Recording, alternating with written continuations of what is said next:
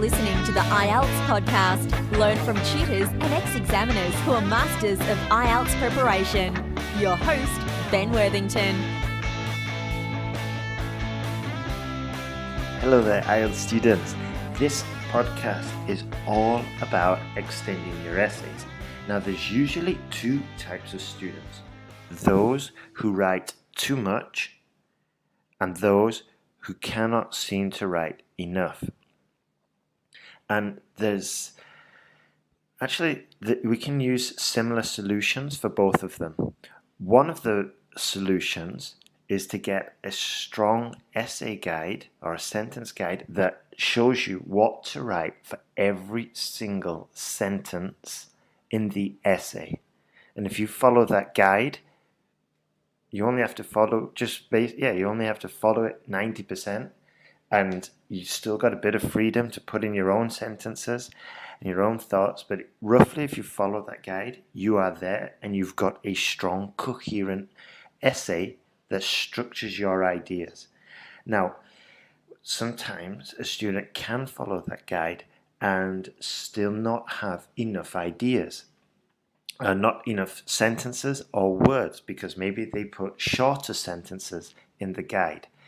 So in this case, what you can do is use some of the techniques I'm going to share with you right now to extend your IELTS essays.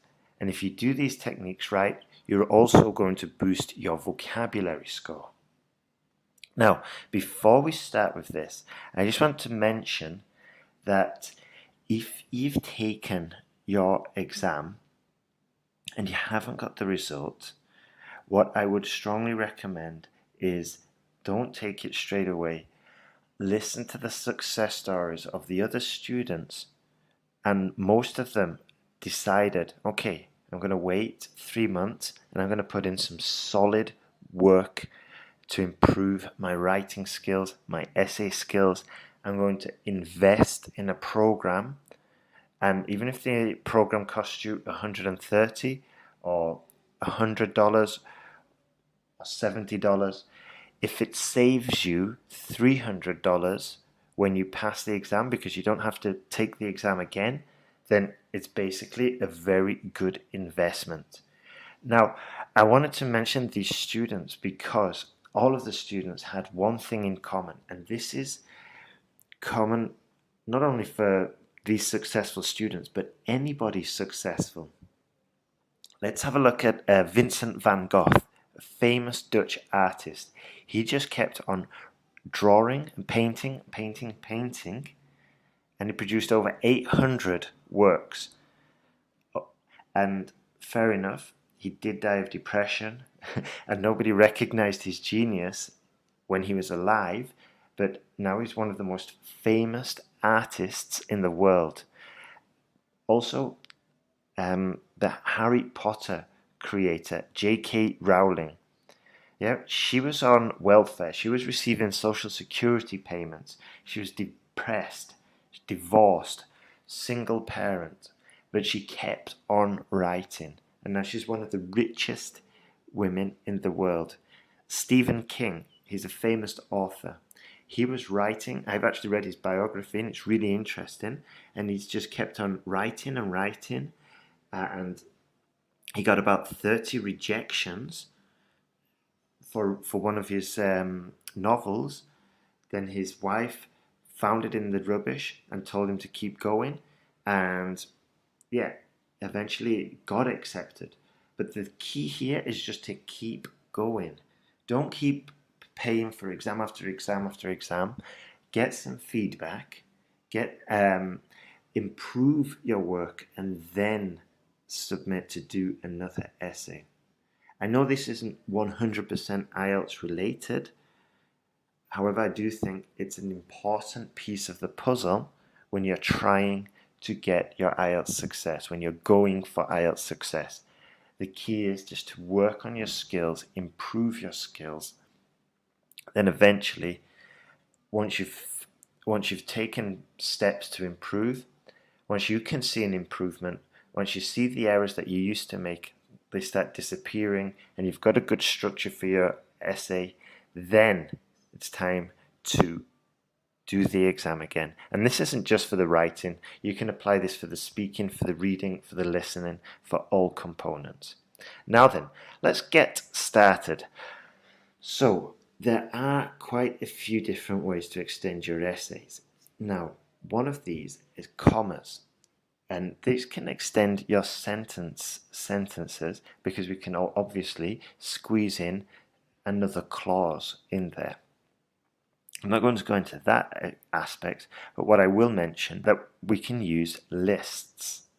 Lists are really good. Now, before we jump into looking at lists, I just want to say two things. Generally speaking, we're not going to put lists in the introduction because here we need to be quite clear. We need to give the examiner a clear direction of where we're going. When we're not going to be looking to be boosting our lexical resource score here, we're just going to give the examiner a clear example of where we're going.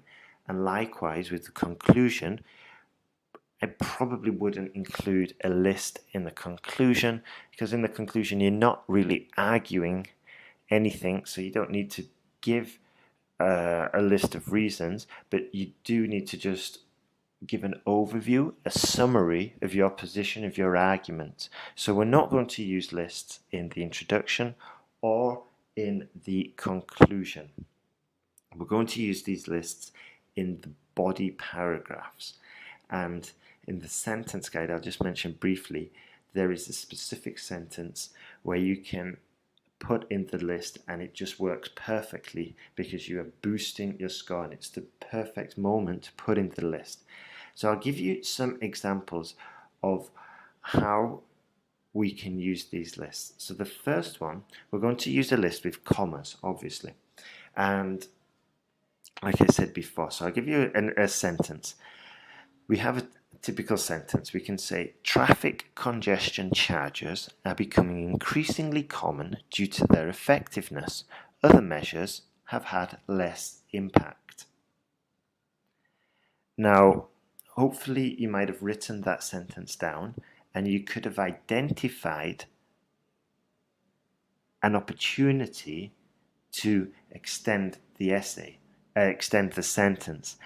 Here, I'm going to give you a second, I'll give you this sentence again, but with the list. So here's the modified version. Traffic congestion charges are becoming increasingly common due to their effectiveness.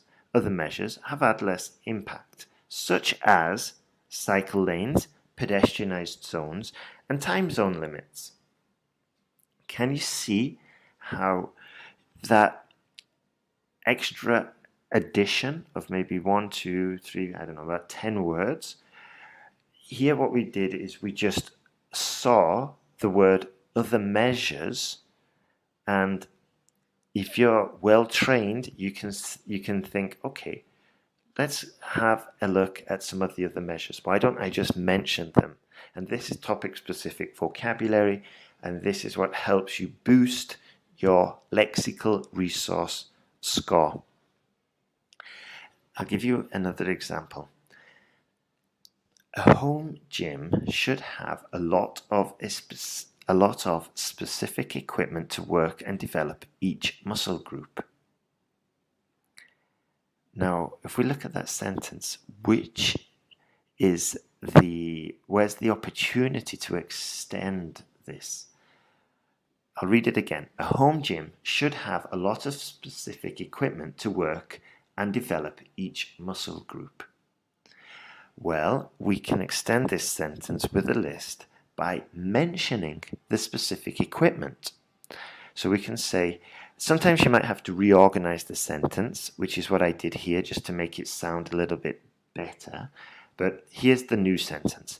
In order to work and develop each muscle group, a home gym should include a stretch band, dumbbells, stability ball, an elliptical machine, and a treadmill. Can you see? Here we've added another 10 words, and this is all topic-specific vocabulary related to the home gym. So instead of saying specific equipment, we mentioned the specific equipment, and we've picked up more points. And here is a bonus tip. Well, first I'll just mention, now, when you're writing your essays and you've finished, and you're probably at the stage where you're taking an hour, 2 hours, and that's fine. First, perfect how to write an essay, then work on doing it in 40 minutes. Now, in this process of reviewing and improving your essays, have a look for opportunities where you can actually boost your score by adding a list. So you're going to look for words like specific equipment, certain measures, various authors, these kinds of things, these kinds of words where we can actually just give an example of what we're talking about. And here's a very useful tip I'll quickly explain. If you're a doctor, or if you're an IT engineer, or whatever your profession, if you can organize the essay around topics that you know in depth about, then you're going to help yourself significantly. Let me give you an example. So I've got a question about climate change, and we're talking about the dangers of climate change. So if I'm a doctor, I have an extensive vocabulary of medical terms that I know how to use well.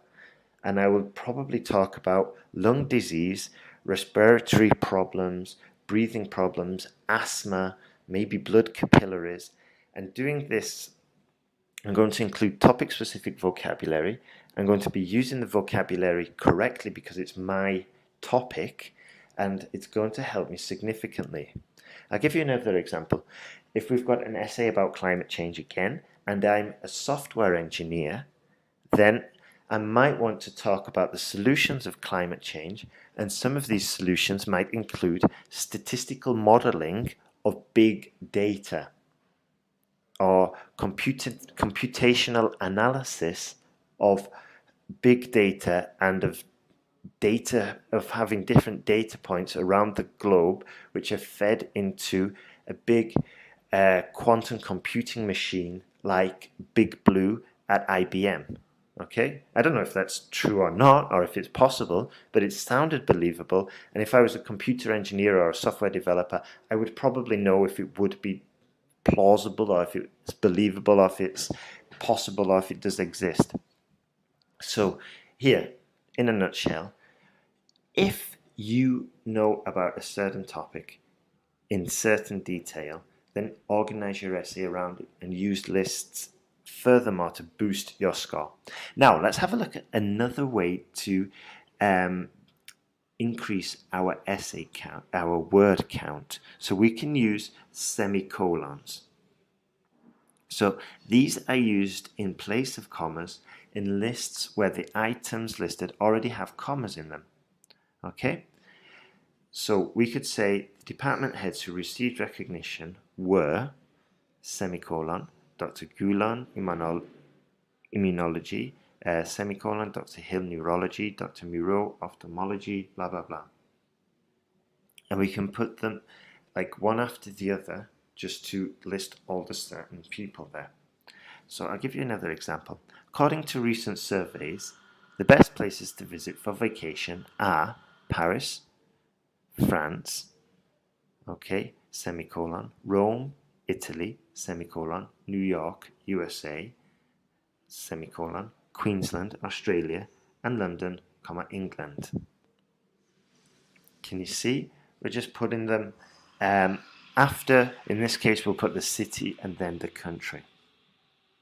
So that's one way how we're going to list certain data. I'm not a massive fan of that, but if you are interested and you think that would be useful for you, have a look at the blog post, and there's some more detailed information about using the semicolons. Now, another way that we can extend our writing, and this is probably good for academic task 1 when you're describing a map or a flow chart. What we can do is use ordinal numbers, and this gives a very clear picture of what is happening in the image. And this is exactly what you want for academic task 1 for a map or a flowchart, especially for a flowchart because there is an order, and in the map you want to kind of impose your own order just to make it easier for yourself and for the reader. So if you've got a map there, instead of just going through each detail, what we could say is, starting at the gate, first we have a long corridor that leads up to the door. Second, we have an extensive garden area. And thirdly, at the end of the path, there is another gate which leads to the pond or whatever. You see? And by using the first, second, and third, we've effectively put an order, a process for describing the map. And this is also true for the flowchart. And the flowchart, obviously, we're going to use first, second, and third because that's already got a structure to it that we should respect just for clarity. Now then, another technique which would probably be more useful for students at university or just for your general writing, maybe you're applying for a job, and it's probably less related, but I'll mention it anyway because hopefully you're on a mission not just to pass IELTS but to improve your English. And I won't go into that much detail with this, but other methods are we can use bullet points, and with the bullet points we can do this with A, B and C, and we can use numbers, obviously 1, 2, 3. And this is more for your communication, maybe in emails with your work colleagues, or maybe in a covering letter you want to be very direct and you just put the bullet points like I'm a extremely qualified candidate for the following reasons, bang, bang, bang. But for your IELTS, whether it's task 1, task 2, I would generally avoid it because there's in the exam you're getting rewarded for your use of grammar structures, for your use of cohesive devices, and these are more, the bullet points are more devices for like simplicity and clarity, and you're not going to pick up points for that. Like we said, you're going to pick up points for weaving it all together and then developing your argument in a coherent manner. So, thank you very much for listening. That's been everything I wanted to say about the lists and making lists and extending the word count. If you're still confused, or if you just want to improve a lot faster and you're feeling a little bit frustrated, then have a look at the sentenceguide.com. That will help you. And if you've got any questions, send me a message. And if you want some sample essays to look at, if you want a PDF with lots of tips, then why not sign up to IELTSPodcast.com newsletter, and you'll get all of those goodies, all those PDFs, big PDF of IELTS material. You just get all that sent to your inbox, and it's super easy and really useful. All right, have a fantastic day, and remember what I said about perseverance and pushing through. It's going to take a while, and any successful person has had to deal with a lot of failures, but what separates them from those who are successful and those who never reach success is the tenacity and the persistence and the insistence of keeping with it, sticking with it, and pushing forward. Okay, so good luck. You can do it. Like I said a million times, you've learnt your own language. No reason why you cannot learn another language to an extremely high level like you're doing. So keep improving. Have a great day.